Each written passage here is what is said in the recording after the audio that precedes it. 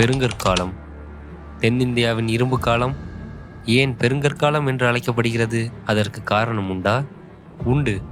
பெருங்கற்காலத்தில் இறந்த மனிதர்களை புதைக்கும் வழக்கத்தை பெற்றிருந்தனர்.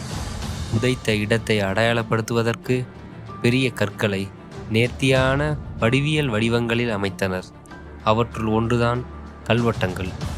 சுமார் 20க்கும் மேற்பட்ட கல்வெட்டுங்களுடன் பெரிய பரப்பளவிலான பெருங்கற்கால சின்னங்களை தாங்கி நிற்கிறது திருச்சி மாவட்டத்தில் உள்ள பட்டவேலி.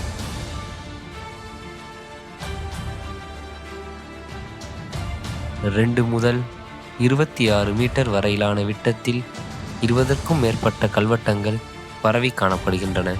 இந்த பகுதியில் கிரானைட் போன்ற பாறைகள் கிடைப்பது அரிது. ஆனால் லேட்ரைட் எனப்படும் செம்பூரான் கற்கள் அதிகம் காணப்படும் பகுதியாக இவை உள்ளது. அதனால் இந்த கல்வெட்டங்கள் செம்பூரான் கற்களால் அமைக்கப்பட்டுள்ளன.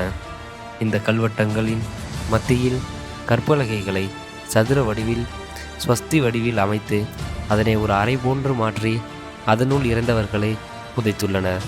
இந்த அமைப்பு புதுக்கோட்டை மற்றும் தருமபுரி பகுதிகளில் காணப்படுகின்றன. காவிரி ஆறிலிருந்து பிரிந்த ஒரு காட்டாறு இந்த தொல்லியல் இடத்தின் அருகே ஓடுகிறது.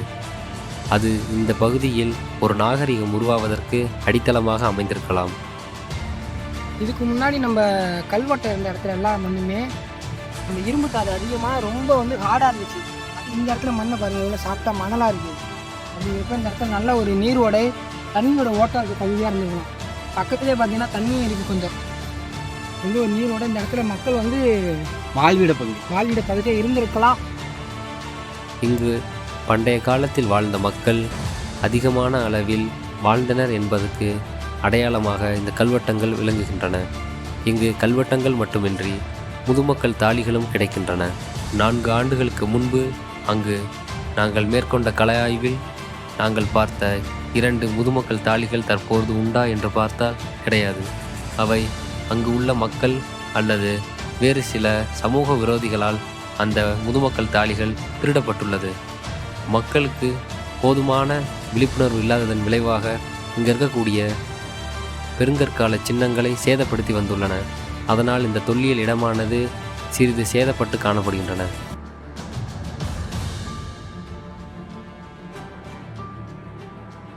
அதிகப்படியான இரும்பு தாதை கொண்ட லேட்ரைட் வகை மண் மற்றும் பாறைகள் அந்த பகுதியில் அதிகம் கிடைப்பதால் அங்கு இரும்பு உருக்கு தொழிற்சாலை அமைப்பதற்கு மிகவும் ஏதுவான சூழ்நிலை காணப்படுகிறது. அதன் விளைவாக அங்கு வாழ்ந்த இரும்பு கால மக்கள் இரும்பு பயன்பாட்டை பெற்றிருந்தனர் என்பதை அறிய முடிகிறது. அதற்கு சான்றாக அங்கு இரும்பு உருக்கு எச்சங்கள் மற்றும் இரும்பு கிடைக்கின்றன. அங்கு வாழ்ந்த மக்கள் குழிகளை பாறைகளில் அமைத்து அதில் தங்களது உணவுப் பொருட்களை அரைத்து பயன்படுத்தியுள்ளனர். இதன் மூலம் அங்கு அவர்கள் தானியங்களை விளைவித்ததும் அந்த தானியங்களை அரைப்பதற்காக குழிகள் அமைத்ததையும் நம்மால் அறிய முடிகிறது.